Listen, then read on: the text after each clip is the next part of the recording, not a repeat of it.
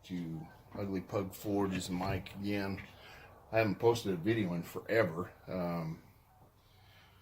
I've been selling all kinds of stuff, running girls to softball, you know, all of that good stuff. And finally the weather got nice here. It hasn't snowed this week anyway, and it's only the 24th of April now. Anyway, what I've got here, I just wanted to show everyone, because I'm really excited about this, is forging some meteorite. I just ordered this for an order. I ordered a little bit extra so that I'd have plenty, and I might have a practice one. Now, what it comes like this, I don't know if you can see that there, something like so. Okay, so it comes in small fragments here, small pieces. And this is a chunk of change worth. So what it was is this was a meteorite that had been fractured through heat processes. You can see it on just small pieces here. And this saves me actually quite a bit. There's some with a hole in it. Here's a kind of a cooler piece maybe. There we go. Get that focused in there. Now this stuff is pretty heavy. It's cool stuff, but it's heavier, it feels like, than just metal. It's got a lot of nickel in it. It's not really that great high carbon steel, like, you know, compared to modern day high carbon steels, things like that. But ever since I was a kid, I'd heard that the Bowie knife, the original Jim Bowie knife, is forged out of meteorite. And now they found that the khopesh in King Tut's tomb was made out of meteorite, you know, things like that. So those are pretty cool. Those are pretty cool stories. I got enough that I gave each of my daughters a small piece like this. So there we go. So that they could actually put that on a necklace and keep that with them. But anyway, if I get the meteorite whole, if I get a whole piece of meteorite, I'm going to slice that, layer it, forge weld it together. Then you got to hammer it out, draw it, hammer it out, and, you know, just do that a million times to process it, kind of like a bloom steel, something like that. But anyway, so what I've got here is I've got this, I've got my powdered steel, and if anybody's watched Forged in Fire recently or knows Jay Nielsen, you know, they do a lot of canister welds. So I've got this can here. It is actually all welded up. Well, that's an ugly weld there. So I'm going to put a paper towel in here, and I'm going to add this to a separate container. I'm going to add a little bit of this, and then powdered steel, and then a little bit of this, and then some powdered steel. So I've got the container here, and then just gradually fill this up. Now the reason why I'm putting the paper towel in there is, from what I have heard anyway, is that you need to soak meteorite in the heat. You need to break down any dendrites in there, and then any other impurities, because it's going to have some nickel in it, which is going to give it the shiny quality, okay, which is kind of like this piece of Damascus here. You see that maybe? There we go. Okay, you can see the shiny parts of the Damascus, the brighter parts in the steel. This one might be even better. It's got a little darker edge for some reason. Anyway, with the shiny parts there in that steel, this is a pair of knives that I'm going to put on these bad boys, put these scales on, and send those out. This is just elk antler. Anyway, so that nickel content in there should give some pretty good contrast, things like that. It should be pretty shiny, but you do have to soak it in the heat and make sure that everything is up to forge welding temperature, or it just won't forge weld. And if you do, you'll have anyway inclusions in it and other things. So anyway, let's get started and start mixing this bad boy in. This is my scoop here. Okay, kind of like a flour scoop of old times, but now it's not flour. So I'm going to put the paper towel in here first, and what that's going to do, hopefully, is to soak up any oxygen in there, because I don't want oxygen, number one, and hopefully, you know, that can won't stick as badly. Now all this paper towel is going to do at that temperature is burn up all the oxygen in there. And then once the oxygen's burning out, because of the high temperatures, you know, we're around 2,000 degrees or more in the forge. So if, you know, at that temperature with this paper towel, what's going to happen is it's probably going to turn into carbon, to be honest with you, and not do much, just because it's been in there so long. But I didn't put whiteout in there. I don't want any zinc in it that the whiteout would do. I just want meteorite kind of in this protective cover here. Okay, so got this pushed down, got it squished around so that so it's not filling up any, it's not creating any voids in there itself. Okay, I'm gonna squish this around a little bit.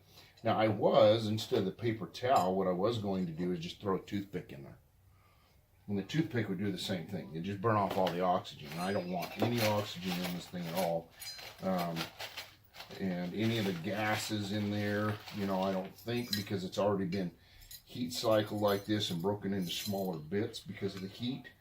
I don't think, honestly, that we need to worry too much about building a bomb, because, you know, really this could be a pipe bomb. I've actually made canister Damascus before that just like got all big, and I about had a heart attack, because, you know, if that got enough pressure in there, that'd blow up. And yeah, just what I need is like hot steel coming at me, you know. Ow, yeah, that'll even work. Anyway, I'd probably just dodge it, grabbing pieces out of the air, popping them in my mouth. That's kind of the guy I am. Anyway, this right here is the powdered steel that they use on forging fire too, and all this, you know, whenever else you use canister or make canister. This stuff right here is actually 1084. I was gonna get 1095, but they didn't have any. Okay, so I'm gonna pour it in there. Now, all I'm gonna do is fill this bad boy up with meteorites here. And later in the month here, I'm gonna start on an Egyptian khopesh made out of this meteorite. And that stuff, anyway, long story short, that is going to a paying customer, but I wanted to make sure I had the process down first before I got too excited about the meteorite. Now I'm just going to tap this down. That's kind of high pitch there.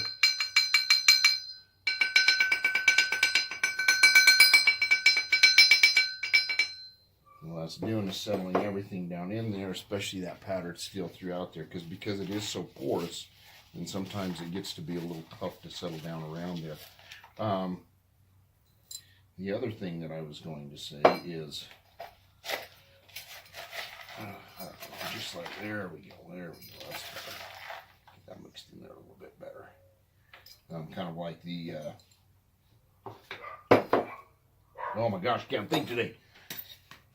Kind of like the steel wool episode. And yes, I am going to do another steel wool piece here pretty quickly.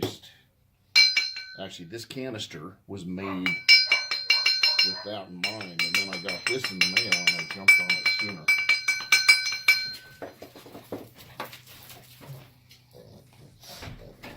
And I got me.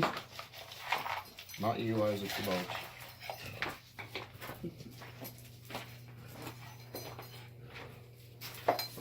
Okay, fill that up with meteorite. I'm just going to tear this paper towel away. I want the steel all right to the top there.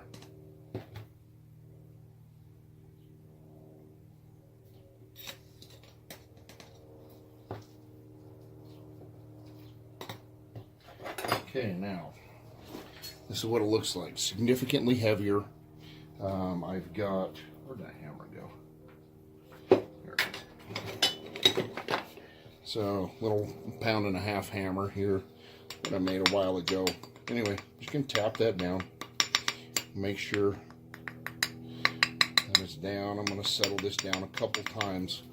Then I'm just gonna put this plug right here in it, and actually weld it right on there, seal it up nice and tight. I'm going to take that plug and I'm going to press it down in there so that nothing can get past it. Weld that and weld a handle on it. This is probably, I don't know, this is probably 2.5 pounds, 3 pounds of steel at this point. Okay, and it's pretty compacted in there already. So I'll catch you on the flip side once this is all put together and done. I'm going to forge weld it up, and so I'll try to film part of that too. Hang in there.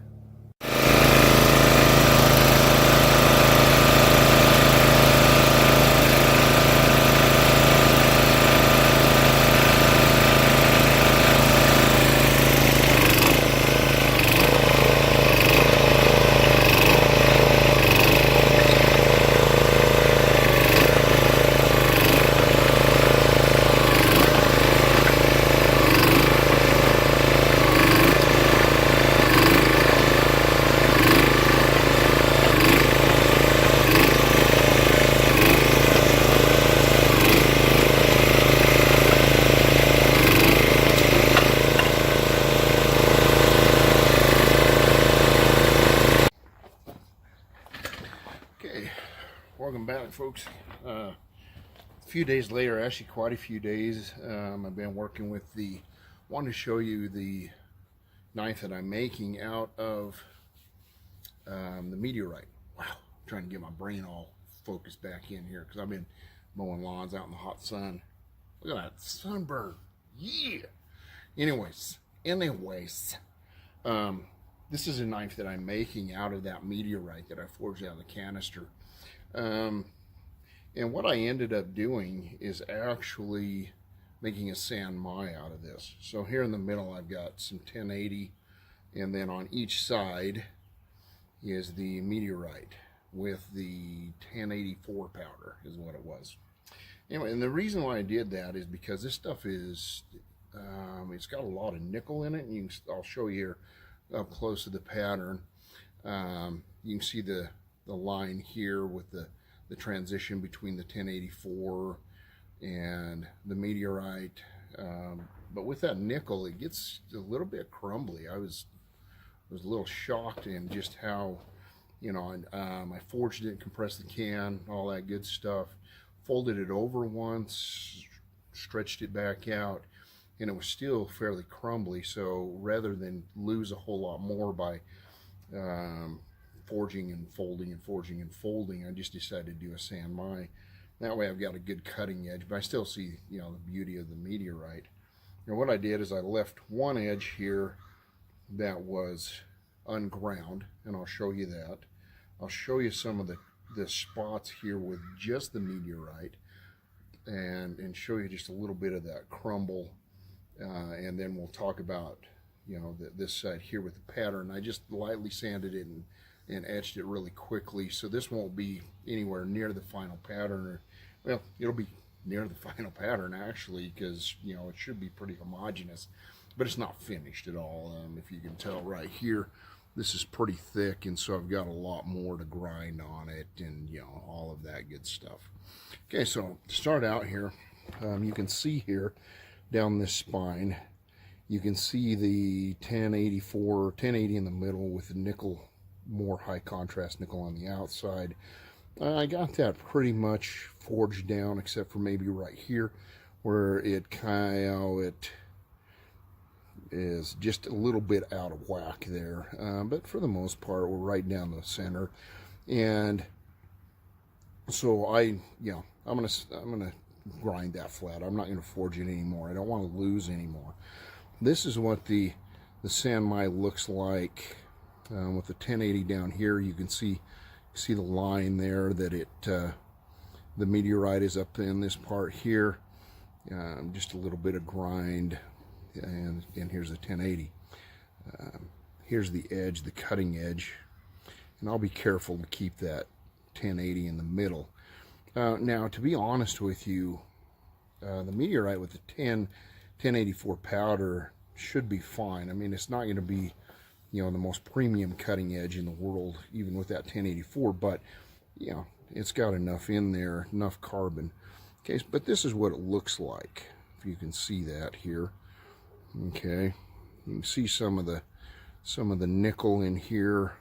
some of the small pieces of meteorite that were forged out and squished, and all of that high contrasty stuff. That's the meteorite. The lower carbon stuff, or the more gray stuff, is more like the 1084 powder. Now there was, again, this is not a, this hasn't been etched in coffee. I don't know how those guys do that on YouTube, but you can see some of that. Yeah, and I've still got a lot of grinding to do.